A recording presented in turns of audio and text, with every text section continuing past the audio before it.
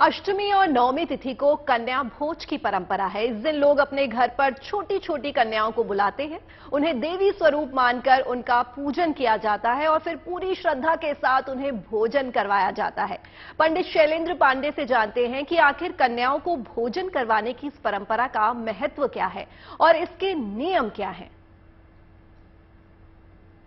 अगर हम हिंदू मैथोलॉजी को समझें, हिंदू परंपरा को समझें, तो नवरात्रि केवल व्रत और उपवास का पर्व नहीं है।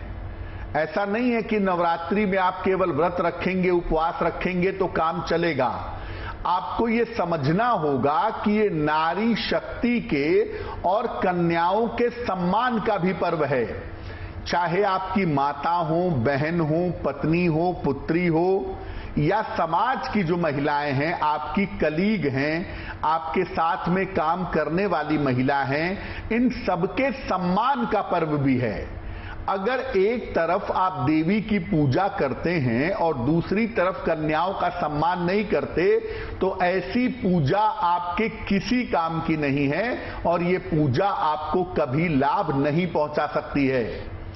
इसीलिए नवरात्रि में कुंवारी कन्याओं को हम पूजते हैं, उनको भोजन कराते हैं और जीवंत देवी के रूप में उनकी पूजा करते हैं। ये मानते हैं कि वास्तव में इस शरीर में देवी प्रकट हैं। तो उस जीवंत देवी की हम पूजा करते हैं।